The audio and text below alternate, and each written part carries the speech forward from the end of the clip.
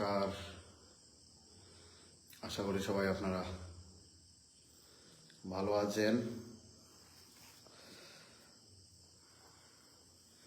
গতকাল ছিল 19শে মে। এই 19শে মে হয়তো আমরা অনেকেই জানি না বা জানতে চেষ্টা করি না, বা আমাদেরকে ভুলিয়ে দেওয়া হয়েছে 19শে মে কি। তারপরেও যে সকল মানুষেরা গতকাল 19শে মেকে পালন করেছেন, স্মরণ করেছেন, 19শে মের জন্য নিজেদের কর্মব্যস্ত জীবন থেকে সময় বের করে তাদেরকে স্মরণ করেছেন, তাদেরকে সবার প্রথমেই প্রণাম জানাই। এবং যাদের জন্য এই 19শে মে, সেটাও আমাদের জানা প্রয়োজন।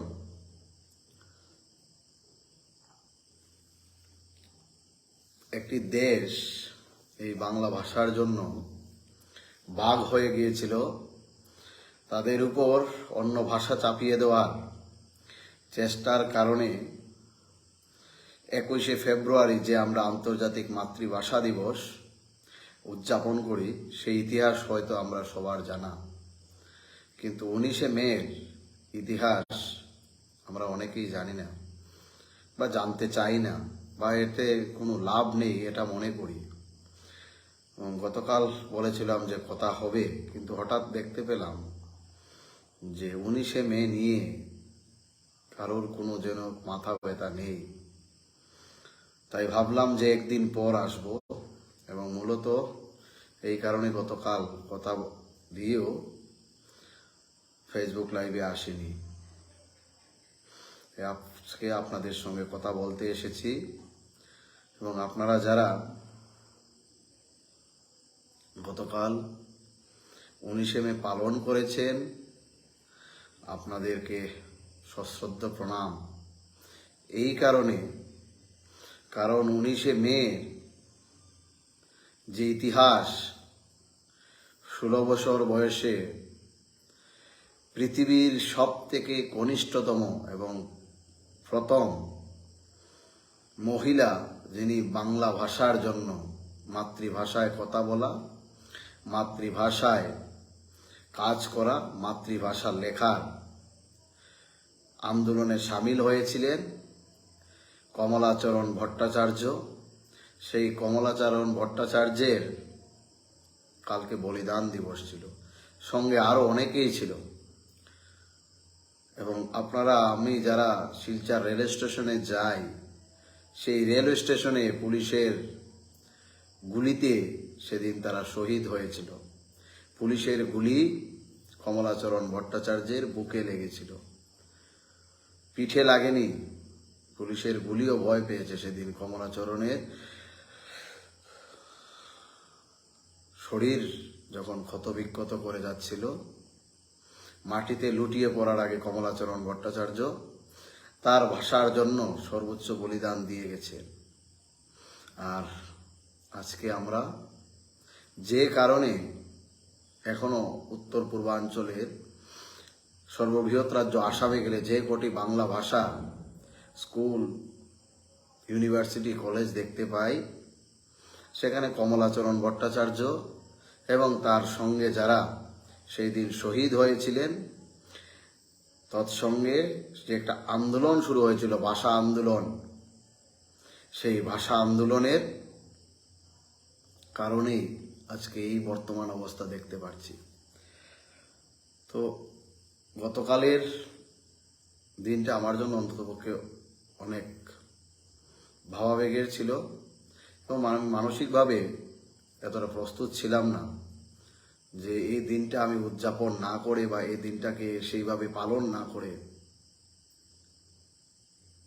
সেই দিনের বলিদানের কথা ভুলে অন্য কিছুতে ব্যস্ত থাকা।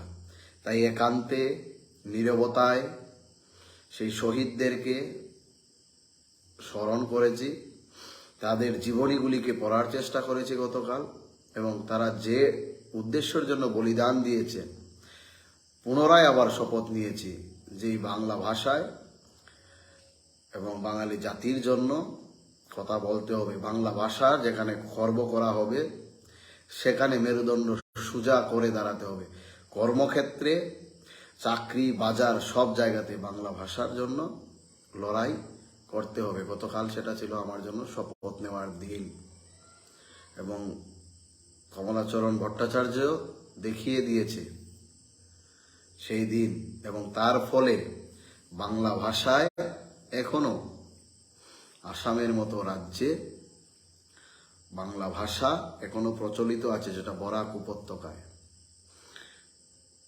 বাকিটা আপনারা ভাবুন, ভাবতে চেষ্টা করুন কি করবেন।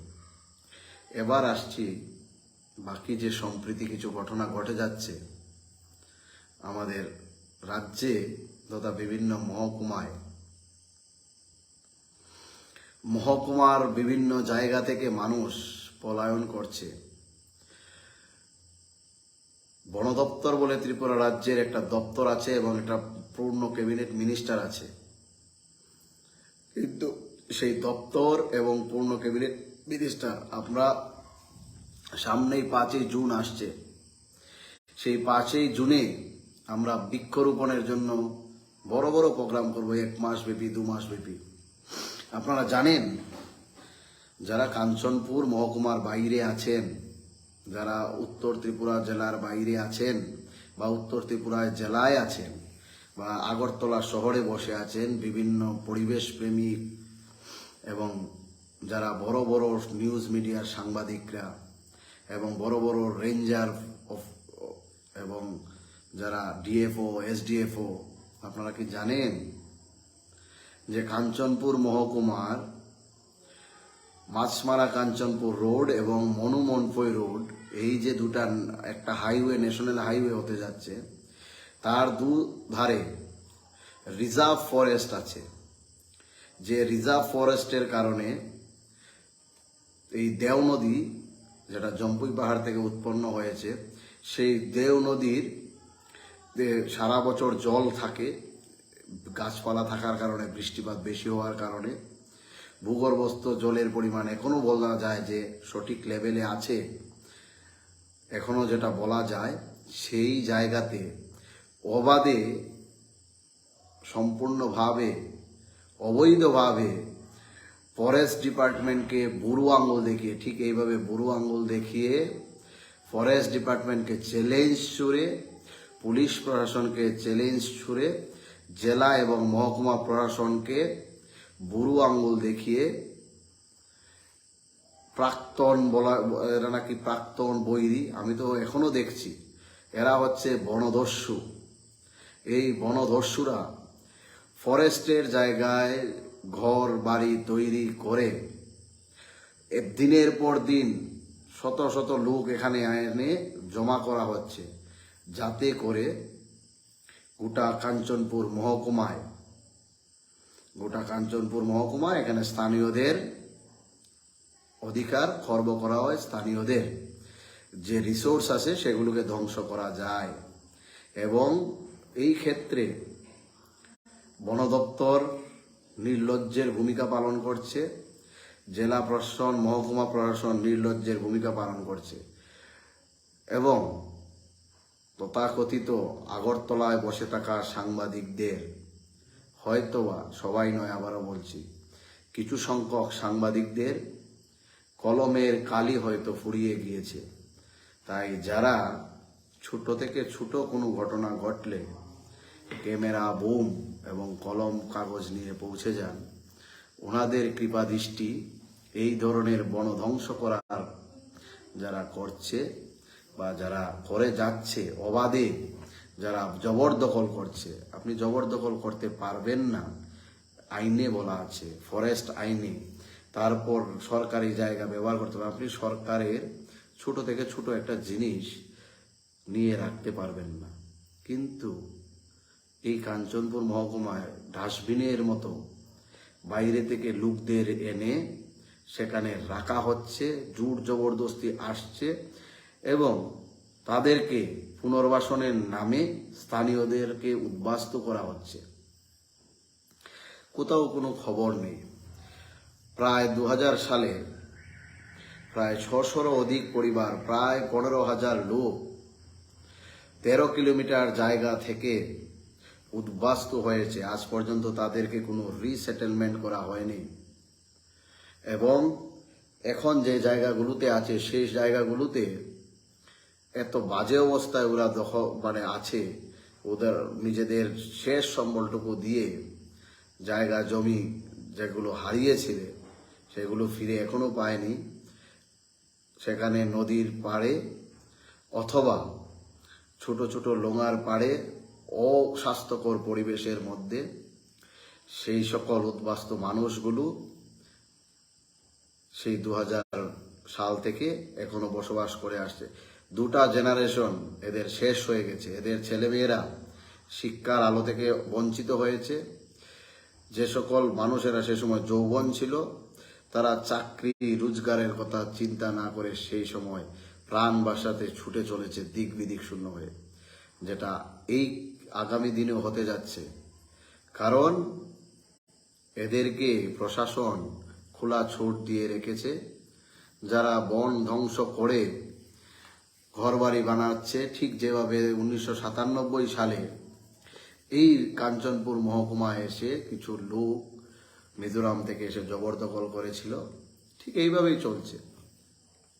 প্রশাসন নির্বিকার, প্রশাসন চাইছে।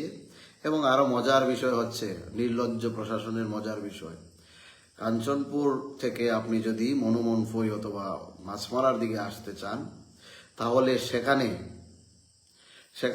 2 জন ট্রেসার দিয়ে রাখা হয়েছে, যাতে তারা অবাধে বন ধ্বংস করে সেখানে বনের মধ্যে গাছপালা কেটে জবরদখল করে বনভূমি, তার নিরাপত্তা সুনিশ্চিত করতে টিএসআর মোতায়েন করে রাখা হয়েছে।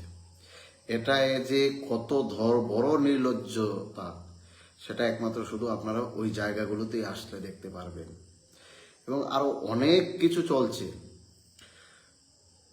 আপনি স্কুলগুলোতে যান, বিদ্যালয়ের স্কুলগুলোতে শিক্ষকরা আসে না, এবং এরা আসতে চায় না, কিন্তু মাইনে মাসটা যখন শেষ হয় মাইনে কিন্তু তারা আপনার আমার ট্যাক্সের টাকায় তারা ঠিকই নিয়ে যাচ্ছে। কে দেখবে এগুলো? এবং যে জ্বলন্ত ইস্যুগুলো আছে, প্রশাসন কুম্ভনিদ্রায় জবরদখল করছে। যারা জবরদখলকারীদেরকে উচ্ছেদ না করে এরা যে কি উদাহরণ সৃষ্টি করছে, একমাত্র এই ধ্বজভঙ্গ প্রশাসন জানতে পারবে এবং তারাই বলতে পারবে। এরা এত বেশি অকৃতজ্ঞ এবং অকর্তব্যপরায়ণ যে তারা জানে না আইনে বলে দেওয়া হয়েছে যে বিষয়গুলো, অথবা কারোর কোনো অঙ্গুলি হিলনে, অথবা কারোর ইচ্ছাকৃতভাবে কিভাবে আবার পুনরায় দাঙ্গা সৃষ্টি করে এই মহকুমার মধ্যে থেকে স্থানীয় মানুষদেরকে উদ্বাস্তু করা যায়। এই পরিকল্পনার জন্য প্রশাসন আমার আপনার ট্যাক্সের পয়সায় বেতন নিয়ে জেলা প্রশাসন, মহকুমা প্রশাসন নেমে পড়েছে। এবং আগামী দিনে কাঞ্চনপুর থেকে স্থানীয়দের উদ্বাস্তু হওয়া শুধু সময়ের অপেক্ষা। যেভাবে পলায়ন করে চলেছে মানুষ, সেটা শুধু সময়ের অপেক্ষা। আর যেটা হচ্ছে, মুখ্যমন্ত্রীকে বারবার অনুরোধ করছি উনি এসে দেখে যাওয়ার জন্য। উনি এতটাই হয়তো ব্যস্ত, উনি আসতে পারছেন না। আবারও অনুরোধ করব, হে মাননীয় মুখ্যমন্ত্রী মহোদয় এবং আপনার ক্যাবিনেটের মন্ত্রীরা যারা আশেপাশে বিধানসভা কেন্দ্রে আছে, ওনাদেরকে বলুন আসার জন্য। এটা এভাবে চলতে পারে না। এই রাস্তার পাশে এই ধরনের অবৈধ দখলদারদেরকে উচ্ছেদ যদি না করা হয়, এখানকার স্থানীয় মানুষরা তাদের জীবন জীবিকা নিরাপত্তার প্রশ্ন তৈরি হচ্ছে। যারা এখানকার স্থানীয়রা মানুষ আছেন, সে বাঙালি যারা আছে, তাদের জমিও দখল হচ্ছে, তাদেরকে কথা বলতে দেওয়া হচ্ছে না। এটা চলতে পারে না। একটা সুষ্ঠু রাজ্যের প্রগতির জন্য এটা অন্তরায় হয়ে দাঁড়াবে। আর যদি আপনারা না পারেন, মানুষ কিন্তু পারে। আর যারা উদ্বাস্তু হয়েছেন 2000 সালে জবরদখল করার জন্য, ঘর বাড়ি যারা পুড়িয়ে দিয়েছিল, যারা নিঃস্ব হয়ে আছেন, আমি বলবো জেলা প্রশাসনের টনক নড়ার জন্য ধর্মনগরে অনেক জায়গা আছে, বড় বড় মাঠ ফাঁকা আছে, আপনারা সেইগুলো দখল করুন, সেখানে বসতি স্থাপন করুন, তাহলে দেখবেন এদের টনক নড়বে। তখন বুঝবে যে জবরদখলের যে পরিণাম কি, জবরদখল করার পর কি অবস্থা তৈরি হয়। আগরতলা থেকে কাঞ্চনপুরের দূরত্ব যতটুকু নয়, ধর্মনগর থেকে কাঞ্চনপুরের দূরত্ব যতটুকু নয় ফিজিক্যালি, তার থেকে বেশি সেই জায়গাতে বসে থাকা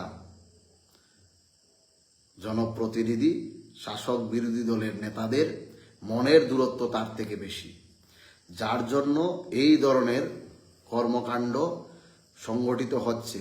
তথাপিও কারোর কোনো ভ্রুক্ষেপ নেই, এটাকে ছেড়ে দেওয়া হয়েছে। আমার প্রশ্ন হচ্ছে, এই কাঞ্চনপুর মহকুমা কি এটা কি ত্রিপুরা রাজ্যের ভেতরে, ভারতবর্ষের ভেতরে, নাকি অন্য কোনো আরাকান, ব্রহ্মদেশ এগুলোর অন্তর্গত? সভেনিটি বলে একটা কথা আছে, ঐক্য এবং সংহতি, ইন্টিগ্রিটি, এগুলো তো এখানে লঙ্ঘিত হচ্ছে।